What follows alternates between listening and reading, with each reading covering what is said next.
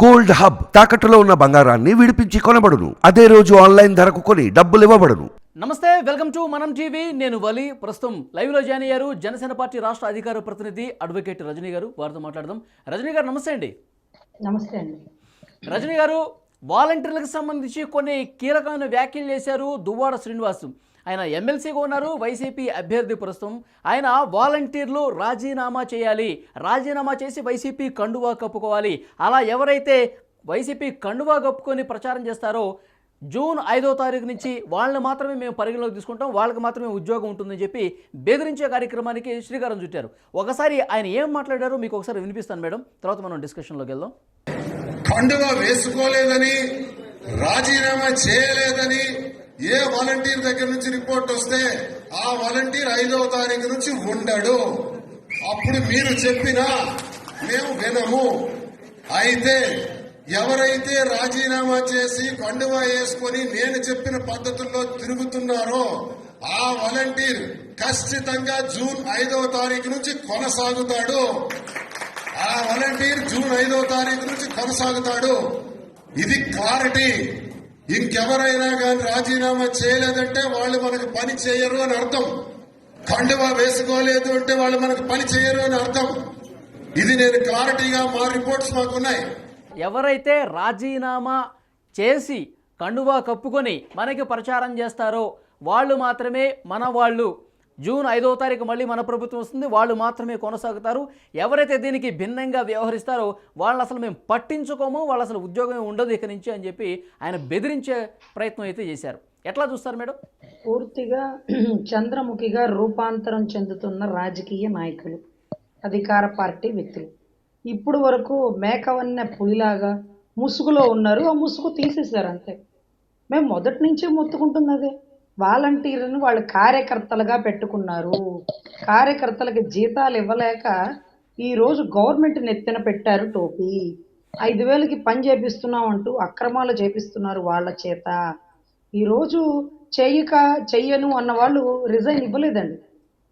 So వాళ్ళని resign ఇవ్వమని బలవంత పెడుతున్నాడు. రిజైన్ ఇవ్వాల్సిందే. రిజైన్ ఇవ్వని వాళ్ళు మనకి పని చేయనట్టే, వాళ్ళకి మళ్ళీ తిరిగి ఉద్యోగాల్లో పెట్టరట. అంటే మళ్ళీ కూడా వీళ్ళే వస్తారని పగటి కలలుగా అంటున్నారు బహుశా.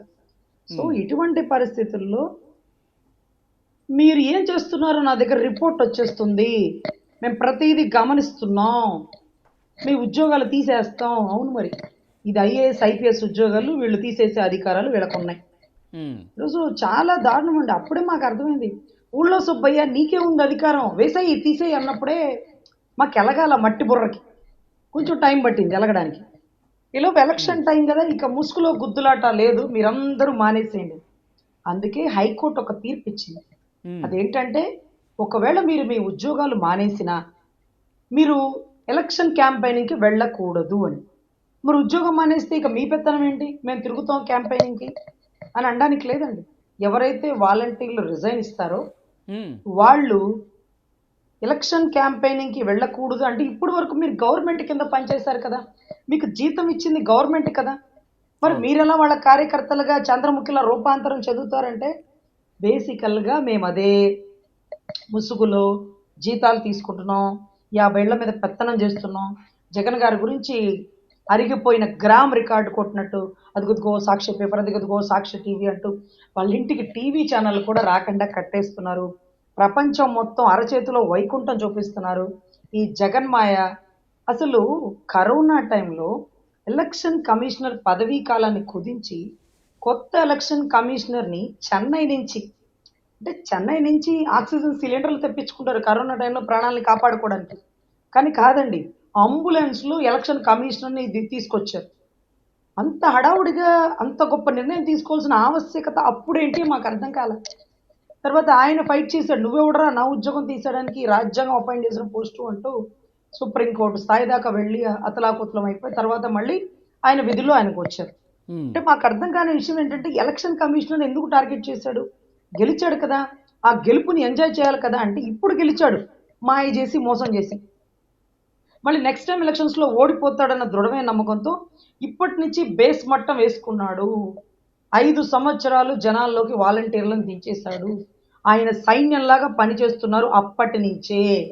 ఇక ఇప్పుడు ప్రభుత్వం మారపోతుందని డిఎస్సీలు రిలీజ్ చేశారు. ఈ డిగ్రీ చదువుకొని 5,000కి చిత్తం జీ హుజూర్ అని ఎందుకు పనిచేయాలంటున్నారు. కొంతమంది అడ్డం తిరిగారు వాలంటీర్లు. అందరూ ఒకే తాటి మీద వెళ్ళలేరు కదండి. 2,40,000 పైచలకు వాలంటీర్లు ఉన్నారు. వీళ్ళందరినీ ఒక సైన్యంలాగా తయారు చేసి మీరు ఇక గడప గడపకి తిరగాలి, ఉద్యోగం చేయాలి అంటే ఏం ఉదురుతాం? మనం ఏం చేసామని చెప్పాలా? పథకాలు పులివెందులు సొమ్మే అన్న బాబు సొమ్ము ఇస్తున్నామా? ప్రభుత్వ ఖజానా నుంచేగా. అందులోనూ వైసీపీ వాళ్ళకే పథకాలు, టీడీపీ వాళ్ళకి రావు, జనసేన వాళ్ళకి అన్ని కట్ చేస్తారు. ఈ 7 సార్లు కరెంటు బిల్లు పెట్టారు, 3 సార్లు బస్ ఛార్జీలు పెంచారు. ఇలాగ అన్ని రేట్లు పెరిగిపోతున్నాయి. వీటన్నిటికంటే మించి చెత్త మీద పన్నేంటి అంటూ జనాల ప్రశ్నలు. వాలంటీర్లు ఇళ్ళకెళ్ళి అడిగితే సమాధానం చెప్పలేక తండ్రి లేని కుటుంబంలాగా దిక్కులేని రాష్ట్రాన్ని చేశారు. రాష్ట్రానికి రాజధాని లేదంటున్న పరిస్థితి. సార్ మేము ఎదుర్కోలేకపోతున్నాం అంటే ఎందుకమ్మా? మీరు ఒక కార్డు తీసుకెళ్ళండి. ఆ కార్డులో ఇదిగో ఈ పథకం మీకు వచ్చిందా టిక్, ఈ పథకం మీకు వచ్చిందా టిక్. ఫోటో తీసుకుంటున్నారు. కంటి రెప్పలు కొట్టండి అంటున్నారు. కంటి రెప్పలు కొడితే అది కన్ను కొడితే అమ్మాయి పడిద్దో లేదో మాకు తెలియదు కానీ కన్ను కొడితే ఆధార్ కార్డు స్క్రిప్ట్ అయిపోతుందండి, స్కాన్ అయిపోతుంది. అంటే ఆ పథకాలన్నీ అందేసినాయి అంట. ఒకరికి చెప్పారు 1,70,000 పథకాలు అందినట్టుగా టిక్ కొట్టాడు. అతనికి అందింది 40,000 పథకాలేనట. మరి 1,70,000 ఏంటి? సో ఇదంతా అర్థం కాని పరిస్థితుల్లో అసలు ఓట్లు కూడా వెయ్యక్కర్లేదా? కంటి రెప్పలతో వాళ్లే ఓట్లు వేసేసుకుంటారా? ఈవీఎం మిషన్లు బాగానే పనిచేస్తున్నాయా? ఎలక్షన్ కమిషనరు ఈ విషయాన్ని ఎందుకు పరిగణలోకి తీసుకోలేదు? ఒక ఎమ్మెల్యే అభ్యర్థి దువ్వాడ శ్రీనివాస్ లాంటి వ్యక్తులు, ఒక ఎమ్మెల్సీ పొజిషన్లో ఉన్న వ్యక్తులు గతంలో వీళ్ళు పనిచేసేయండి, విస్తృతంగా పనిచేయండి లేకపోతే తీసేస్తాం అంటూ అలాంటి పనికిమాలిన చెత్త అంటే స్టేట్మెంట్లు ఇస్తే ఇంత ఒళ్ళు బలవంతు పెట్టి రాజీనామాలు చేయించడం, పార్టీ కోసం ప్రచారం చేయించుకోవడం అంటే మేడం గ్రామాల్లో వైసీపీకి సంబంధించిన నాయకులు క్షేత్రస్థాయిలో వాళ్ళ కార్యకర్తలు వాళ్ళకు ఉంటారు, వాళ్ళ ప్రచారాలు వాళ్ళు చేస్తారు. మళ్ళీ వాలంటీర్లను తీసుకొచ్చి మరీ ప్రచారం చేయించడం అంటే ఏంది? వాళ్ళకి అక్కడ ఏమైనా కరువు ఉందా లేకపోతే ఎలా చూడాలి? సార్ 50 ఏళ్ల గుట్టు ఈ వాలంటీర్ల చేతిలో ఉంటుంది. ఒక ఇంట్లో కొడుకు తాగుబోతాడు పాప, ఆ తల్లికి తెలియదు, ఆ కొడుకు వీక్ పాయింట్ పట్టేసుకుంటారు. సో ఒక ఇంట్లో ఒక వివాహిత స్త్రీ తప్పు చేస్తూ రెడ్ హ్యాండెడ్గా వీళ్ళ సీసీ ఫుటేజ్ వీడియోలో పడేలాగా దొరికిస్తారు. ఒక ఇంట్లో ఒక భర్త చనిపోయి విడోకి పెన్షన్ అందించేది. ఇంకొకసారి భార్యాభర్తలకి లేని గొడవలను క్రియేట్ చేసి ఇదిగో మీ ఇంటికి పథకం రావాలంటే స్టేషన్లో ఎఫ్ఐఆర్ నమోదు చేయి, నీ భర్తకి దూరంగా ఉంటున్నట్టు కానీ నీ భర్త నువ్వు ఒకే ఇంట్లో ఉండు, పోనీలే పాప నీకు పథకం వచ్చేస్తుంది, ఒంటరి మహిళ పథకం అంటూ చాలామంది గృహిణులతో ఈ 490A తప్పుడు కేసులు పెట్టించి ఇదిగో వాళ్ళిద్దరు దూరంగా ఉంటున్నారు, భర్త ఎక్కడో ఉంటున్నారు రాపిచ్చి పథకాలు యాక్సెప్ట్ చేసిన పరిస్థితి ఉంది.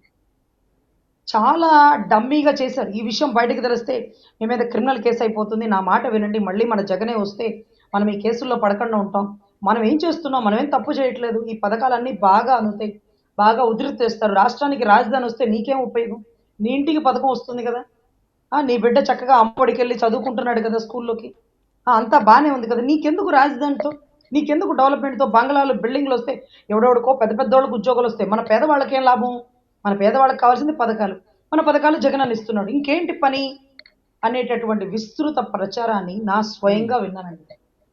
సో వాళ్ళకి ఒక ట్రాప్లోకి దింపేస్తున్నాడు. రాజధానితో నీకేం పని, డెవలప్మెంట్ నీకు వస్తుందా, నీ ఇంట్లో సాఫ్ట్వేర్ చదువుకున్న ఉద్యోగుడు ఎవడన్నా ఉన్నాడా, నీ బిడ్డలు ఎవరన్నా చదువుకున్నారా, పని చేసుకునే వాళ్ళ మనకి ఎందుకండి రాజధానులు, ఇంకోటి డబ్బున్న వాళ్ళ కోసమే అది, మనకి పథకాలు కావాలి, మన జగనన్న ఉంటే పథకాలు ఇస్తాడు, జగనన్న లేకపోతే ఇవన్నీ ఆపేసి డెవలప్మెంట్ చేస్తాడు ఆయన, మనల్ని ఏం బాగుపరచడు అంటున్న కొంత స్క్రిప్ట్ వాలంటీర్ల ద్వారా జనాల్లోకి తీసుకెళ్ళగలుగుతారు.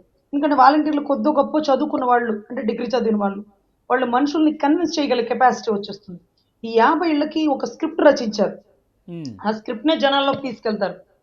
సో ఈ రకంగా రాష్ట్ర ప్రజల్ని మభ్యపెట్టడంలో వాలంటీర్లని కీలకంగా వాడుతున్నారు ఆయుధాలుగా. మేడం ఇప్పుడు కొంతమంది వాలంటీర్లు కొంత వ్యతిరేక భావంతో ప్రభుత్వం పట్ల కనిపిస్తున్నట్టుగా తెలుస్తుంది. ఎందుకంటే ఇట్లా బెదిరింపులకు గురి చేయటం, బలవంతపు రాజీనామాలు చేయటం. సో ఈ అన్ని విషయాలకు సంబంధించి ఇప్పుడు ఇన్ని రోజులు ఈ ప్రభుత్వానిక వీళ్ళక మనం ఊడిగం చేసింది, మన గురించి కనీసం వీళ్ళు పట్టించుకోలేదు, మేనిఫెస్టోలో మన ప్రస్తావన లేదు, చంద్రబాబు నాయుడు గారు 10,000 మన వేతనం పెంచుతున్నారని చెప్పి ఒక సాఫ్ట్ కార్నరు ఇటు వైసీపీ నుంచి టీడీపీ, జనసేన, బీజేపీ కూటమి వైపు వాలంటీర్లు ఆలోచన చేస్తున్నారని చెప్పి ఒక చర్చ అయితే రాష్ట్ర వ్యాప్తంగా నడుస్తుంది. మేడం ఎట్లా ఉంది గ్రౌండ్లో పరిస్థితి?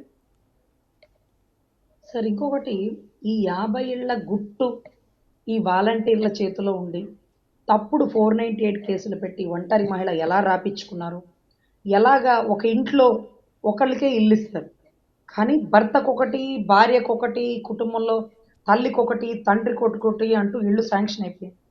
రేపటి రోజు ప్రభుత్వం మారితే ఈ 4 ఇళ్లలో 3 ఇళ్ళు క్యాన్సిల్ అయిపోతాయి. అంటే ఇది అక్రమంగా తీసుకున్నారు కాబట్టి. సో అదే కాకుండా ఇలాగ తప్పుగా తీసుకున్నందుకు మిమ్మల్ని కేసుల్లో పెట్టి ఇరికిచ్చేస్తారు. మిమ్మల్ని టీవీలో చూపించేస్తారు. ఎందుకు ఈ గోల? మళ్ళీ మన జగనన్న ఉంటే ఇళ్ళు బాగుంటాయి. మళ్ళీ మన జగనన్న ఉంటే మనకొచ్చేది బాగా ఆదాయం ఉంటుంది. ఇంకోటి ఈ ఒంటరి మహిళ ఆగదు. లేకపోతే గుట్టు బయటికెళ్ళిపోతుంది. మొగుడు పెళ్ళాం ఒకే ఇంట్లో ఉండి ఒంటరి మహిళ తీసుకుంటున్నావా అంటూ జనాల్లో ఎలిగేషన్ వెళ్ళిపోతుంది. ఇవన్నీ ఈ వాలంటీర్లను వాళ్ళని ఎలా కంట్రోల్ చేస్తుందో, ఈ వాలంటీర్లని కంట్రోల్ చేయగల గుట్టు గవర్నమెంట్ దగ్గర ఉంది. అంటే ఈ వాలంటీర్లతో తప్పు చేపించడం, వీళ్ళు పెన్షన్ తీసుకుంటూ కొంత కమిషన్ తీసుకోవడం, వీళ్ళు ఇల్లు శాంక్షన్ చేస్తూ కొంత కమిషన్ తీసుకోవడం, వీళ్ళు రైతు భరోసాకి సంబంధించి కొంత ఏవో రాస్తూ వాటిలో కమిషన్ తీసుకోవడం, ఇవన్నీ రెడ్ హ్యాండెడ్గా ఫోన్లో రికార్డింగు, ట్యాపింగు, తర్వాత వీళ్ళతో కూడా కొన్ని తప్పులు చేపిస్తూ అశ్లీలంగా కొన్ని వీడియోలు ఇవన్నీ కూడా పెట్టుకొని, ఇదిగో మళ్ళీ మీరు ప్రభుత్వానికి పంచైపోతే మీ బతుకుల బస్ స్టాండ్, మిమ్మల్ని రోడ్డుకి ఇచ్చేస్తాం. ఈ విషయం మీ తల్లిదండ్రులకు తెలిస్తే ఇక చెప్పేది కాదు. కానీ గుర్తుపెట్టుకోండి, బయటకు తీసుకురాం. జగనన్న ప్రభుత్వం మళ్ళీ వస్తే మీకు ఇంకా విచ్చలవిడి స్వేచ్ఛ వస్తుంది. ఈ 5,000 జీతాన్ని మేమే స్వయంగా పెంచుతాం. ఇక ఎప్పటికీ మన ప్రభుత్వం ఉండేలాగా మీరు మా సైన్యంలాగా మిగిలిపోతారు. మీలో ఎంతో మందికి రాజకీయ రంగ ప్రవేశం చేపిస్తాం. మిమ్మల్ని అందరినీ కార్పొరేట్ ఎలక్షన్స్లో గెలిపిస్తామంటూ ఒక రకమైన మీటింగ్లు పెట్టేసి మెసేజ్లు ఇచ్చేస్తున్నారండి. అవి గోప్య సమాచారం మొత్తం నాకు ఓపెన్ అయిపోయిందండి. అందరూ చాలా మంది వాలంటీర్లు ఫోన్ చేసి చెప్పారు, ఇలా జరుగుతుంది. వాళ్ళే రాజీనామా చేయకుండా మేము గవర్నమెంట్కే పనిచేస్తాం. ఈరోజు డిఎస్సి వచ్చాక అప్పుడు మేము రిజైన్ చేసుకుంటాం. ఈరోజు రాష్ట్రం సర్వనాశనం అయిపోతుంది. దాన్ని కొద్దో గొప్ప బాధ్యతగా మమ్మల్ని చిత్రీకరిస్తున్నారు. సో మేమే మారుస్తాం అంటూ కొంతమంది వాలంటీర్లు నిజమైన నిజాయితీ సైన్యంగా నిలబడ్డారండి. వాళ్ళ గురించి ఈరోజు దువ్వాడ శ్రీనివాస్ గారు చెప్తున్నారు. వాళ్ళని రేపు మా ప్రభుత్వం వచ్చాక ఉంచము, తీసేస్తాం. ఇప్పుడు రిజైన్ చేసి కార్యకర్తలాగా గడప గడపకి వెళ్ళి ఏదైతే ప్రచారాన్ని ఉధృతం చేసిన వాళ్ళకి మళ్ళీ జూన్ 5 తర్వాత తిరిగి అపాయింట్మెంట్ అట. ఓకే.